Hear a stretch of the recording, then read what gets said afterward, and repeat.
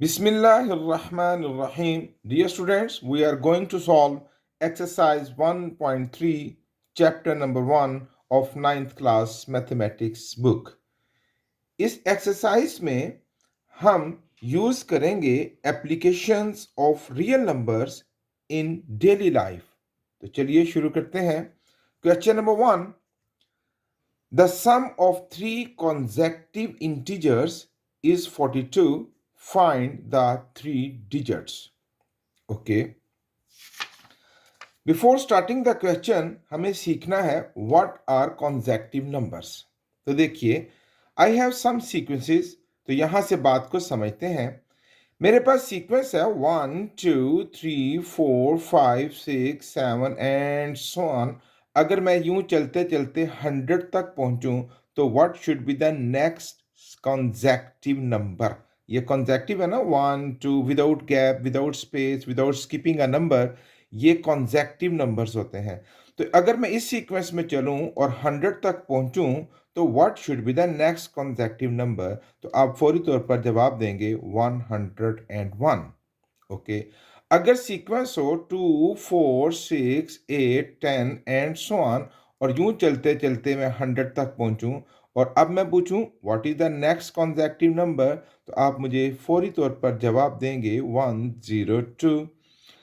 अगर सीक्वेंस है 5 10 15 20 and so on up to 100, तो नेक्स्ट कॉन्जेक्टिव नंबर पूछूं तो आप मुझे रिप्लाई करेंगे 1 0 एंड 5। सीक्वेंस है 10 20 30 40 और यूं चलते चलते 100 तक पहुंचूं और मैं पूछूं what is the next consecutive number, you will reply 110। अब देखें, आपने ये जो क्विकली मुझे आंसर किया है, what you did, what is your mental calculation, हुआ ये कि जब आपने सीक्वेंस को पहचाना कि इसमें डिफरेंस 1 का है तो आपने उस डिफरेंस को पिछले नंबर में ऐड कर दिया तो नेक्स्ट कॉन्सेक्यूटिव नंबर हमें मिल गया। इस सीक्वेंस में 2 4 6 8 में 2 का डिफरेंस है, डिफरेंस 2 का है। तो जब मैं 100 तक पहुंचा तो आपसे जब मैंने नेक्स्ट कॉन्सेक्यूटिव नंबर पूछा तो आपने बताया 102, बिकॉज आपने 100 में 2 को ऐड किया तो इट बिकम्स 102। सो 5 10 15 में जो डिफरेंस है वो 5 था, तो आपने पिछले नंबर में डिफरेंस 5 ऐड कर दिया तो हमें नेक्स्ट कॉन्सेक्यूटिव नंबर मिल गया। यहाँ डिफरेंस 10 था तो आपने पिछले नंबर में 10 ऐड कर दिया तो हमें नेक्स्ट कॉन्सेक्यूटिव नंबर मिल गया। तो हमें रूल समझ आ गई कि how to get the next consecutive number, we add the difference of the sequence in the previous number. Okay. अब यहाँ एक दफ़ा फिर एफर्ट करते हैं। अब अगर मेरे पास सीक्वेंस है 1 2 3 4 और मैं चलते चलते एक अननोन नंबर तक पहुंचा हूं, I don't know what is that number, और मैं जानना चाहता हूं what should be the next consecutive number, तो हम क्या करेंगे। अब मैं पहुंचा हूं x तक, मैंने वेरिएबल ले लिया ना x तक, तो what is the next consecutive number. तो हम इस रूल को नहीं छोड़ेंगे। हमें यह है कि जो डिफरेंस है वो ऐड करने से नेक्स्ट कॉन्सेक्टिव नंबर हासिल हो जाता है। अब इस सीक्वेंस का डिफरेंस कितना है, 1 2 3, द डिफरेंस इज 1। तो अगर एक नंबर x है तो नेक्स्ट कॉन्सेक्टिव नंबर इस सीक्वेंस का हो जाएगा x प्लस 1। और अगर मैं कहूं एक और बतलाइए तो भाई अब प्रीवियस x प्लस 1 हो गया, अब इसमें फिर 1 ऐड कर देंगे तो ये उससे आगे, यूं कितने ही कॉन्सेक्टिव नंबर आप फाइंड कर सकते हैं। ओके, वंस अगेन, अगर सीक्वेंस है 2 4 6 8 10 और मेरे पास नंबर है x, तो what should be the next consecutive number. अब डिफरेंस कितना है 2 का, तो we will add the 2, x plus 2 is the next consecutive number. अब अगर एक और नेक्स्ट कॉन्सेक्टिव नंबर फाइंड करना है तो x प्लस 2 में फिर से 2 ऐड कर दीजिए।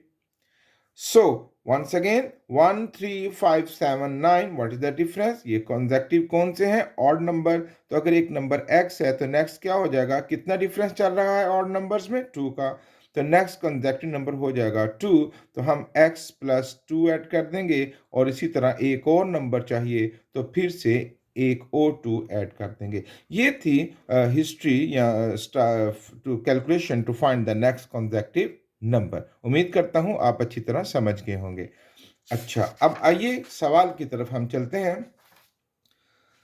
अब यहां पर हमें 3 कॉन्सेक्टिव इंटीजर्स लेने हैं। इंटीजर्स की सीक्वेंस आपके जहन में बेटे फौरन आ जानी चाहिए। इस इंटीजर्स की सीक्वेंस में 1 का डिफरेंस होता है। 1 2 या -1 -2 -3 -4, तो 1 का डिफरेंस होता है। तो हमें 3 कॉन्सेक्टिव इंटीजर्स लेने हैं। तो हम पहला रिक्वायर्ड इंटीजर लेते हैं। Let first required number is equal to x. Second consecutive integer, बल्कि यहां भी इंटीजर ही लिखना चाहिए था, इंटीजर। अब इंटीजर्स की सीक्वेंस है ना, तो उसमें हम 1 ऐड करेंगे, x प्लस 1। अब हमें एक और लेना है, तो थर्ड कॉन्सेक्टिव इंटीजर। अब प्रीवियस क्या है, x प्लस 1, तो हम इसमें एक और 1 ऐड कर देंगे, तो it will becomes x plus 1 plus 1 2। So these are 3 required integers. अब उसकी स्टेटमेंट पढ़ते हैं। The sum of 3 consecutive integers is 42 according to statement या कंडीशन। इन तीनों का जो सम है x plus 1 plus x plus 2, यही है ना 3 consecutive integer, their sum is 42, and find the 3 integer. Quite easy, and know it's an algebraic expression. Solve it. X plus 1 plus x plus 2 is equal to 42. X plus x, it becomes 3x plus 2 plus 1 is equal to 3 is equal to 42. 3 वहाँ subtract करेगा, 3x is equal to 42 minus 3, and x is equal to 39 over 3 divide multiply कर रहा है, वहां जाकर divide करेगा, and x is equal to 13. So x is our first required integer.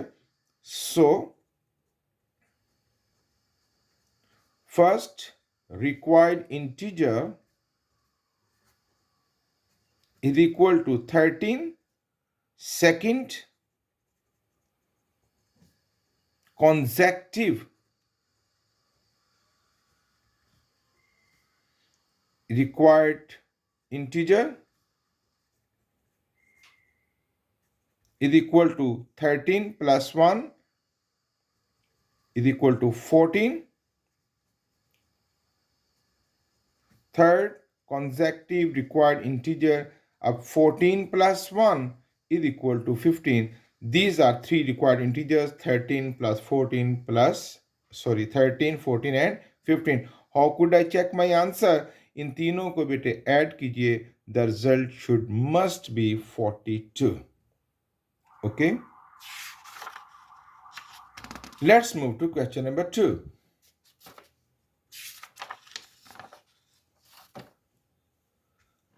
The diagram shows right-angled triangle ABC. Here is the right-angled triangle. The length of AC, here is AC, is under root 3 plus under root 5 centimeter. The area of triangle, area किसी figure का, the close shape, जो जितनी जगह वो घेरती है उसको area कहते हैं. The area of triangle is 1 plus under root 15 centimeter square. Find the length of AB. Here is AB, और इसको हमने क्या करना है, फाइंड करना है. ओके, यहां थोड़ी सी बात पहले समझते हैं एरिया ऑफ ट्राइंगल में. पहले मैं जिक्र करना चाहूंगा एरिया ऑफ रेक्टेंगल का. Here is a rectangle. Area of rectangle होता है बेस इनटू हाइट. ये बेस इनटू हाइट या लेंथ इनटू विड्थ भी बोला जाता है. तो एरिया ऑफ ट्राइंगल होता है, sorry rectangle, area of rectangle होता है बेस इनटू हाइट. अब अगर मैं इस रेक्टेंगल के दो टुकड़े कर दूं, लाइक दिस। तो ये एक राइट एंगल ट्राइंगल बन जाती है और ये दूसरी राइट एंगल ट्राइंगल।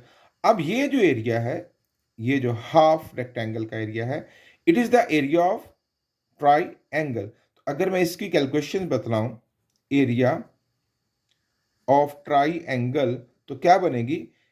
रेक्टेंगल का एरिया था बेस इंटू हाइट, अब एरिया ऑफ ट्राइंगल हो गया हाफ, क्योंकि पूरी रेक्टेंगल का हाफ हो गया ना, half into base into height. तो ये था एरिया ऑफ ट्राइंगल का मालूम करने का फार्मूला। अब क्वेश्चन की तरफ वापस आते हैं।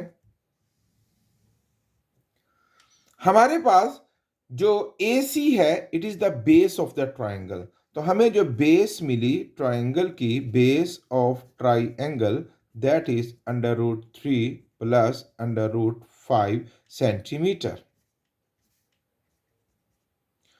और हमें जो एरिया ऑफ ट्राइंगल मिला, ये एरिया ऑफ ट्राइंगल वो मिला 1 plus √15 centimetre square.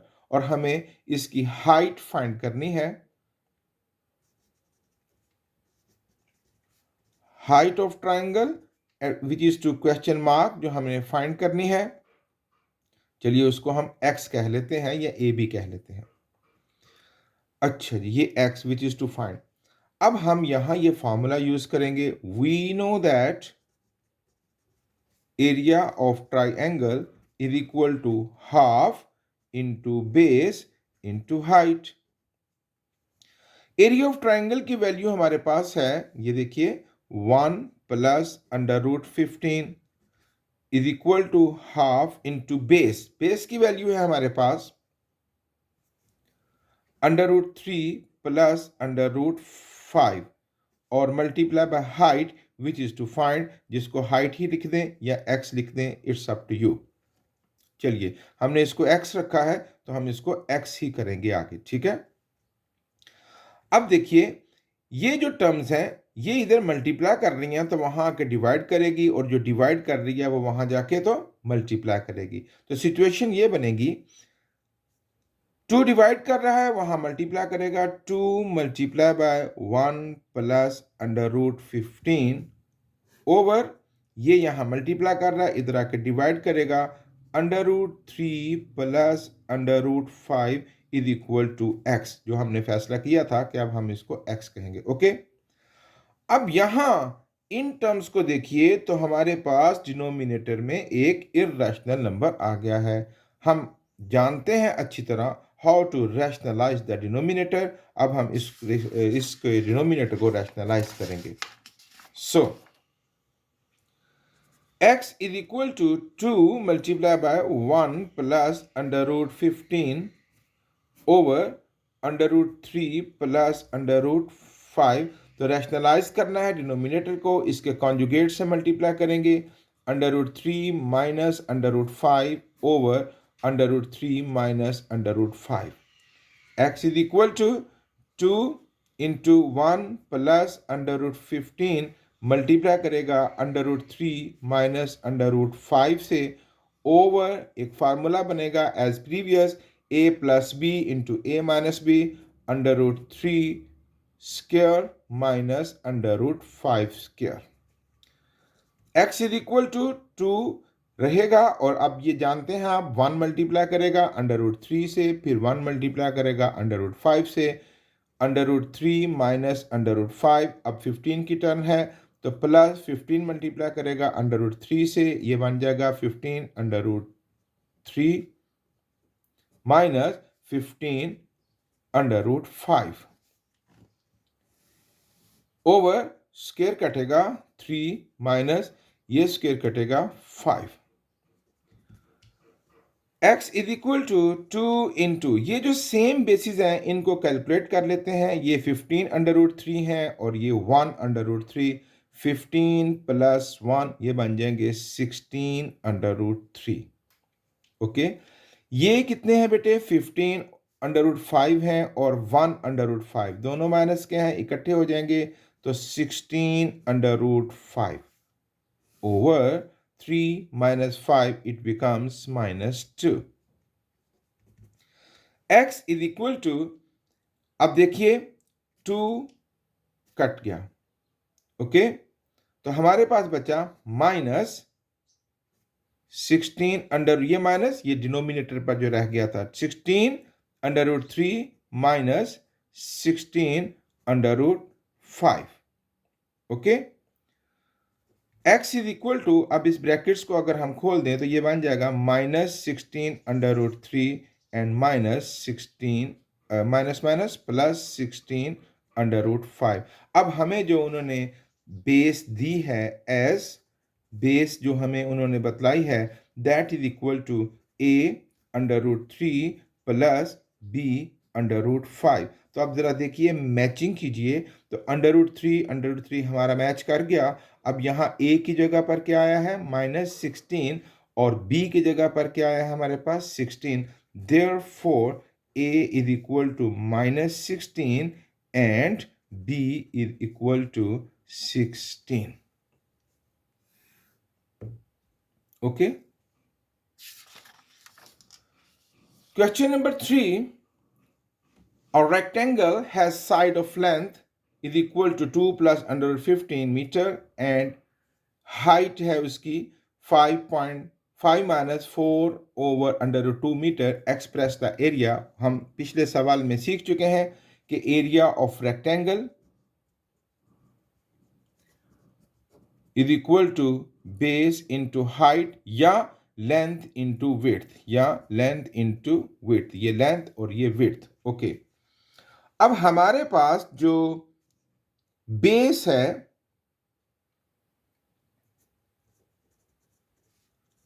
Base of rectangle that is equal to 2 plus under root 18, height of rectangle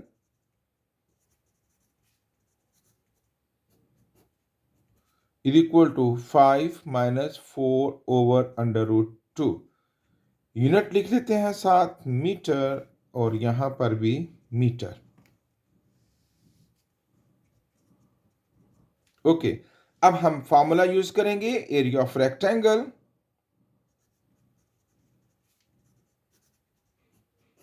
is equal to base into height. अब हमारे पास बेस है 2 प्लस अंडर रूट 18 और height है 5 minus 4 over under root 2। जी, तो multiply करते हैं बच्चों।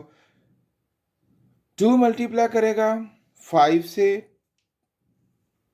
फिर 2 मल्टीप्लाई करेगा 4 ओवर अंडर रूट 2 से, तो 2 5 जा 10 माइनस 2 4 जा 8 ओवर अंडर रूट 2। अब इसी तरह 18 की बारी, 5 under root 18 minus 4 over under root 2 multiply by under root 18, 10 minus, अब यहां इसका ये जस्ट इस टर्म को बगौर देखिए, इस टर्म का डिनोमिनेटर इर्रेशनल नंबर है, हम इसको रैशनल नंबर में कन्वर्ट करेंगे।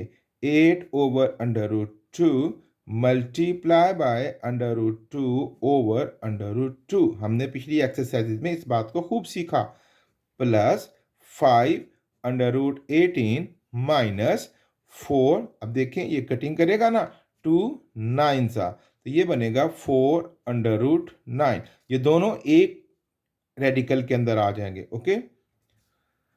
10 माइनस, ये दोनों ऊपर मल्टीप्लाई करेंगे, 8 under root 2 over under root 2 square, plus 5 under root 18 minus 4, and under root 9 का आंसर हो गया 3।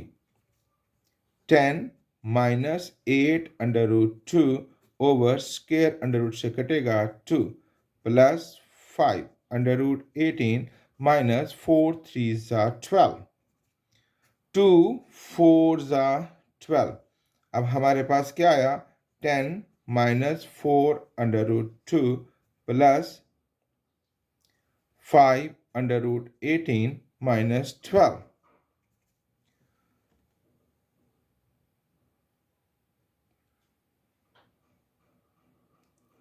अब इसको कैलकुलेट करते हैं, 10 minus 12, it becomes minus 2 minus 4 under root 2 plus 5 under root 18। ये जो अंडर रूट 18 है ना, इसकी मजीद कैलकुलेशन हम करते हैं, जरा गौर से देखिएगा।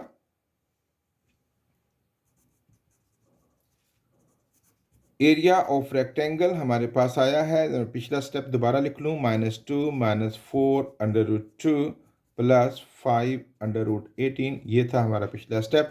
अब ज़रा देखिए, अंडर रूट 18 को अगर मैं फैक्टराइज करूँ ना, तो 2 9 3 3 एंड 3 1 ये बनता है 3 स्क्वायर इंटू 2। अब स्क्वायर अंडर रूट से कट गया, ये बन जाएगा 3 under root 2। Okay, -2 -4 under root 2 plus 5 multiply by under root 18 को जब सॉल्व किया तो क्या मिला, 3 under root 2।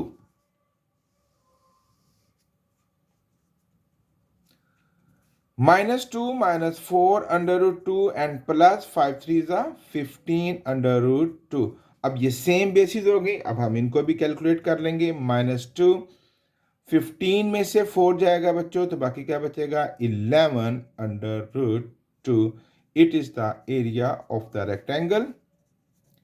And you know very well कि जब एरिया निकालें तो उसके यूनिट के साथ क्या आता है, स्क्वायर। तो हमारा यूनिट मीटर चल रहा है, so the area of rectangle is -2 plus 11 under root 2 metre square. Okay, sorry. Question number 4, find two numbers whose sum is 68 and difference is 22। अब यहां पर हम इक्वेशन पहले बनाते हैं, फिर एक बात समझते हैं। लेट नंबर्स आर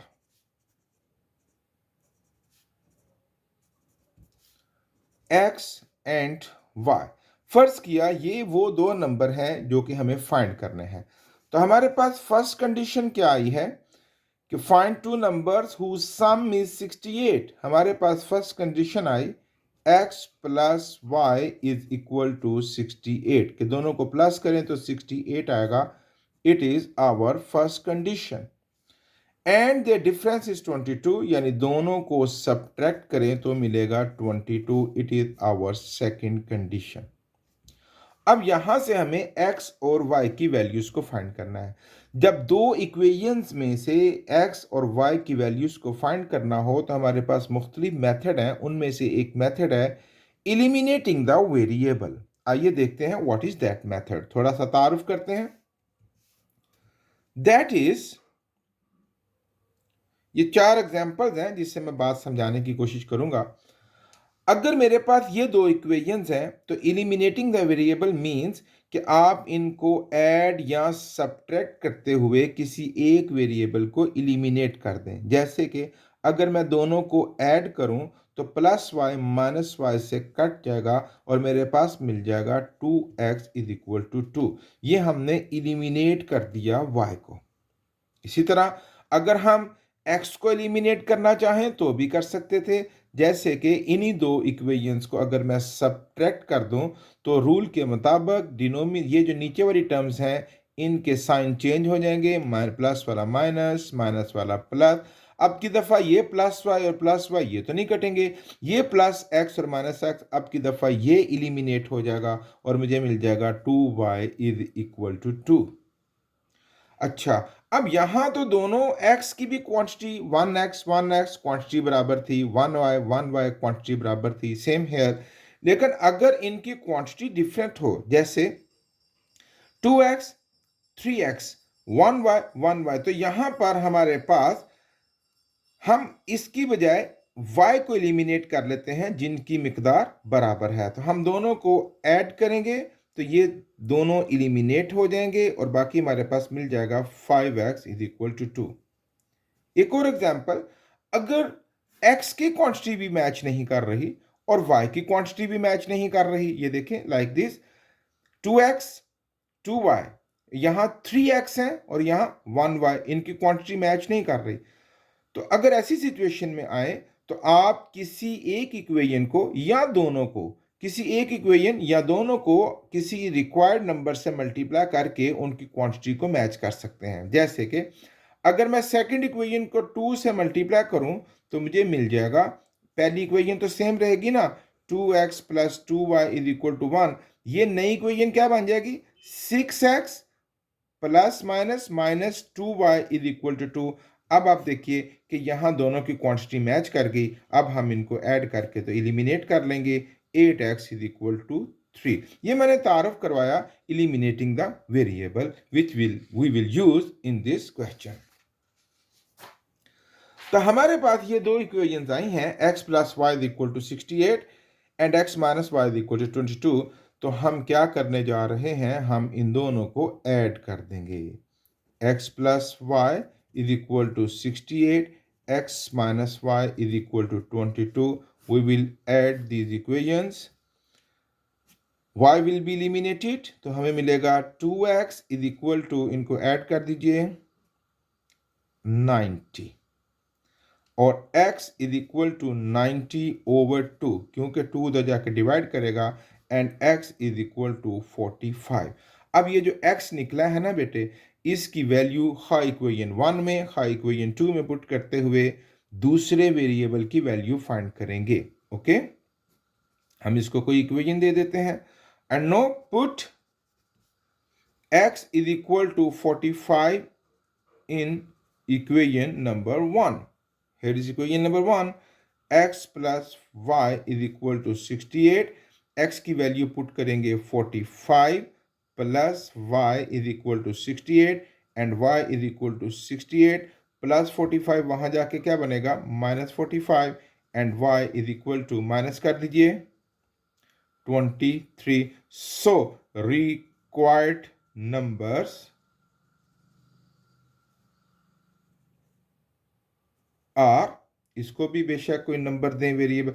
तो हमारे पास पहले x की वैल्यू क्या निकली थी, 45। तो पहला नंबर मिला हमें 45 और दूसरा नंबर क्या है बेटे, 23।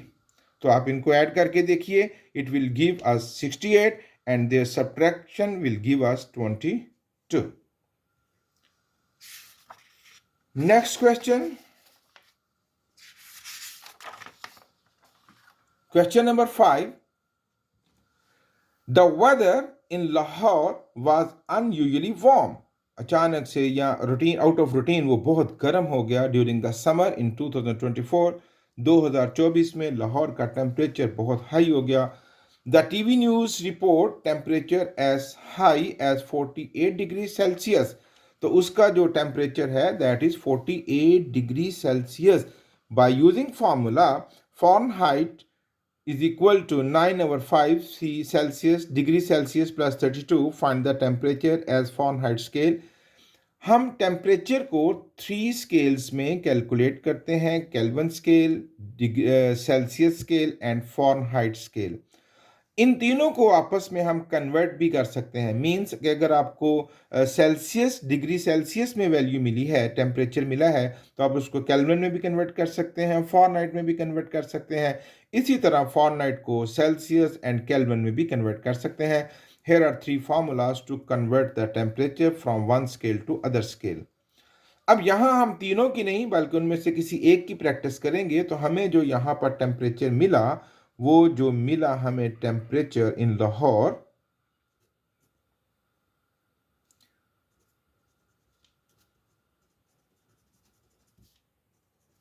वो डिग्री सेल्सियस में मिला, और वो कितना मिला हमें, 48 डिग्री सेल्सियस। और हमें फार्मूला यूज करना है, फॉरेनहाइट में कन्वर्ट करना है। The formula is 9 over 5 Celsius plus 32। ये तीनों फार्मूलाज आपको मेमोराइज करने हैं, क्योंकि एग्जामिनर किसी भी एक को दूसरे में कन्वर्ट करने के लिए कह सकता है। हम यहाँ एक की प्रैक्टिस करेंगे, बाकी दोनों प्रैक्टिस आपने खुद करनी है। 9 over 5 multiply by degree Celsius, हमारे पास वैल्यू है 48 plus 32। Fahrenheit degree is equal to, अब इसको कैलकुलेट कर लेते हैं हम, 9 को 48 से मल्टीप्लाई करके 5 से डिवाइड कर लेते हैं। 9 multiplied by 48 divided by 5, it gives us 86.4 plus 32। अब इन दोनों को ऐड कर देते हैं। 118.4 फॉरेनहाइट स्केल में हमारे पास ये जवाब आ गया। Quite easy. Question number 6। The sum of ages of the father and son is 72 years. बाप और बेटे की उम्र को ऐड करें। Father plus son is equal to 72 years. Age of father plus age of son is equal to 72 years. 6 years ago, 6 साल पहले, the father's age was 2 times the age of son. जो फादर की उम्र है वो बेटे की उम्र का डबल थी। यानी अगर बेटा 20 years का था तो फादर 40 years का। What was son's age 6 years ago? 6 साल पहले बेटे की उम्र क्या थी, फाइंड करनी है। Let's start. हमारे पास जो पहला इसमें क्लू है, फादर प्लस सन की एज है 72। अगर मैं फादर की एज को एक्स लेट कर लूं तो सन की एज क्या बन जाएगी? सन की एज बन जाएगी 72 माइनस प्लस एक्स, वहां जाके क्या बन जाएगा? Minus x. ओके, अब ये हमारे पास पहला क्लू मिल गया। यहां से बात शुरू करते हैं। लेट, यहां लिखेंगे प्रेजेंट, है ना, या current. Current age of father is equal to x. Current age of son is equal to, अब यहां पर दोनों का सम 72 था ना, तो वो क्या बन जाएगा? 72 माइनस एक्स। अब 6 years ago, अब हम 6 साल पीछे जाने लगे हैं। 6 years ago, 6 साल पहले एज ऑफ फादर क्या बनी? 6 years ago, age of father, 6 साल पहले बाप की उम्र। जो करंट है उसमें से डेफिनेटली आप 6 को माइनस कर देंगे। जैसे कि अगर अभी किसी की उम्र 50 साल हो तो 6 साल पहले उसकी क्या बनेगी? 44 ईयर्स। इसी तरह 6 years ago, एज ऑफ सन, वो इस वक्त सन की उम्र कितनी है? 72 माइनस एक्स, तो ये बनेगा 72 माइनस एक्स माइनस 6। अब इसको कैलकुलेट कर लेते हैं, तो 72 में से 6 निकाल लें तो 66 माइनस एक्स। 6 साल पहले बाप की उम्र ये थी और 6 साल पहले बेटे की उम्र ये थी। अब हम कंडीशन को पढ़ते हैं, तो उसमें ये कहा जा रहा है, अकॉर्डिंग टू कंडीशन। चलिए पहले लिखते हैं, इधर हम बाप की उम्र 6 साल पहले x माइनस 6 और इधर बेटे की उम्र 66 माइनस एक्स। अगर इनको कंपैरिजन करें तो वो कहते हैं कि बाप की उम्र here is father and here is son, तो बाप की उम्र बेटे की उम्र का ट्वाइस है। तो हम बेटे की उम्र को 2 टाइम्स से मल्टीप्लाई करेंगे तो वो बाप की उम्र के बराबर हो जाएगा। क्योंकि ये बाप पहले ही बड़ा है तो बेटे की उम्र को 2 से मल्टीप्लाई करेंगे तो वो बाप की उम्र के हो जाएगा। ये इक्वेशन बन गई। And now calculate the x minus 6 is equal to, इनको मल्टीप्लाई कर दीजिए, 132 माइनस 2x, x इकट्ठे कर लेते हैं, माइनस 2x इधर आके plus 2x is equal to 132 minus 6, वहां जाके plus 6, and 3x is equal to 138 and x is equal to 138 over 3 and x is equal to, divide कर लेते हैं, 46। तो x क्या था बच्चों? x क्या था? x थी हमारे पास age of current age of father. और जी, तो इस वक्त हमें फाइंड करना है what was the son's age 6 years ago। तो चले हम पहले करंट एजेस मालूम कर लेते हैं। So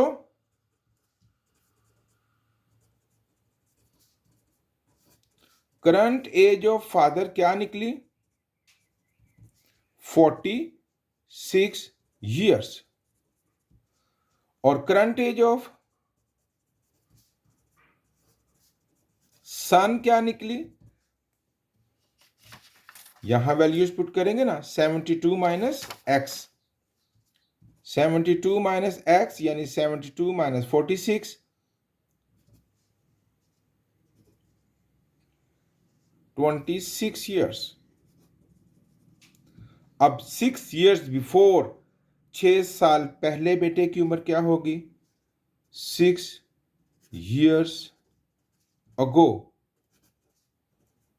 as of son. Current age कितनी है बेटे? 26 ईयर। तो 6 साल पहले क्या हो जाएगी? 20 years। ये था question number 6। Sorry. Question number 7। Mirha bought a tie for rupees 1500 and sold for rupees 1520। 1500 रुपये का खरीदा और 1520 का उसने सेल कर दिया। What her profit percentage? उसकी प्रॉफिट परसेंटेज फाइंड कर लीजिए। तो भाई कॉस्ट प्राइस ऑफ टॉय क्या है हमारे पास? Cost price of toy is ₹1500। Sale price of toy is ₹1520। उसको प्रॉफिट हुआ ना, क्योंकि सेल प्राइस ज्यादा है। प्रॉफिट हुआ ₹20। ओके, 1520 में से 1500 को माइनस कर दीजिए। अब प्रॉफिट परसेंट का फॉर्मूला है profit over cost price multiply by 100। इसी तरह अगर लॉस होता और लॉस परसेंट का फार्मूला मालूम होगा, लॉस परसेंट निकालनी होती तो फार्मूला होना था loss over cost price multiply by 100। इस वक्त प्रॉफिट है 20 over what is the cost price 1500 and multiply by 100। Calculate it, ये कट गए एंड 20 को 15 से हम डिवाइड कर लेते हैं।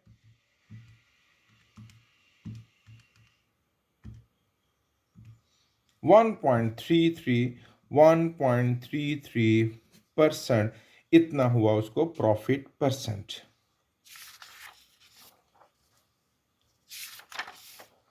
Question number 8। The annual income of Tayyab is rupees 9,60,000 while the exempted amount is rupees 1,30,000. How much tax would he pay?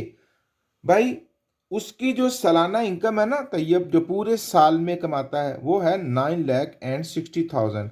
अब जो गवर्नमेंट है वो मुख्तलिफ ईयर्स में मुख्तलिफ कानून देती है कि जैसे अगर वो कहे कि भाई अगर किसी की पूरे साल की इनकम 1,30,000 है 1,30,000 तो ही विल नॉट पे द इनकम टैक्स, वो इनकम टैक्स पे नहीं करेगा। ये गवर्नमेंट की तरफ से एक रिबेट हो गई, एक छूट हो गई। ओके, अब अगर इसने 9,60,000 कमाए हैं तो जो रिबेट गवर्नमेंट दे रही है वो अमाउंट उसमें से एग्जम्प्ट कर देंगे और जो बाकी अमाउंट पड़ेगी उस पर हम उसको टैक्स देंगे और जो रेट भी टैक्स का हमें मिला होगा। तो ये कानून है। तब हमारे पास एनुअल इनकम कितनी है तैयब की, देखते हैं। एनुअल इनकम ऑफ तैयब वो है 9,60,000। अच्छा, इसमें जो रिबेट मिली है वो मिली है 1,30,000। अब टैक्स पेएबल अमाउंट कितनी है?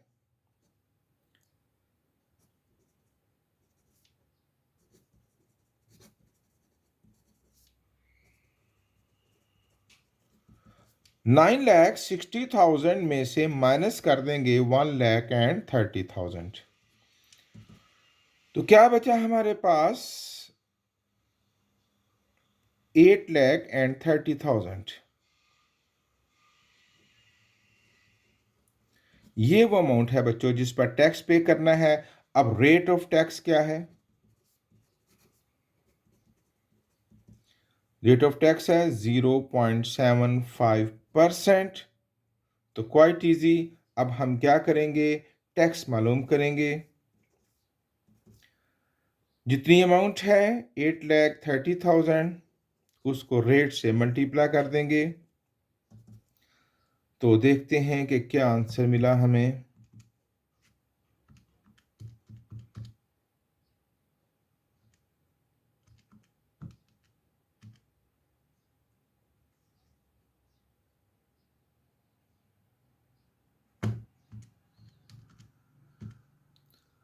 $6,225। क्या मिला जी? 6,225 रुपीज उसको टैक्स पे करना होगा। Question number 9, find the compound markup यानी interest on rupees 3,75,000 for 1 year at the rate of 14% compounded annually. अच्छा, अब हमारे पास जो इंटरेस्ट मालूम करने का फार्मूला है ना, that is PRT/100। Compound interest मालूम करने का फार्मूला PRT/100। पी से मतलब प्रिंसिपल अमाउंट, जो वो हमें देंगे वो हमें प्रिंसिपल अमाउंट क्या मिली जिस पर हमें वो इंटरेस्ट मिलेगा? 3,75,000। अच्छा, रेट रेट क्या मिला है हमें? That is 14%। T time, time कितना है, कितनी देर के लिए वो उसने उस अमाउंट को रखा बैंक में? तो दैट इज 1 ईयर। टी है 1 ईयर। ओके, अब हम इस फार्मूले को यूज करेंगे। I is equal to PRT/100। Put the values here. याद रहे, अगर प्रिंसिपल अमाउंट बढ़ाएंगे तब भी हमारे पास जो इंटरेस्ट है बढ़ जाएगा, रेट बढ़ाएंगे तब भी बढ़ जाएगा, और अगर टाइम 1 साल की बजाय 2 साल, 3 साल, 4 साल के लिए बैंक में अमाउंट रखेंगे तब भी हमारे पास इंटरेस्ट बढ़ जाएगा। तो P की वैल्यू हमारे पास है 3,75,000 मल्टीप्लाई बाय रेट है 14, टाइम कितना है 1 ईयर के लिए, ओवर 100 कैलकुलेट कर लेते हैं। ये दोनों ज़ीरो कट गए। 3,750 मल्टीप्लाई बाय 14, और क्या मिला जी हमें? इसको कैलकुलेट कर लेते हैं। 3,750 multiply by 14, the result is 52500। 52500, it is the compound interest. ये थी बेटे एक्सरसाइज 1.3 जिसमें हमने applications of real numbers in daily life सीखा। बहुत अच्छे तरीके से प्रैक्टिस कीजिए। Thank you very much.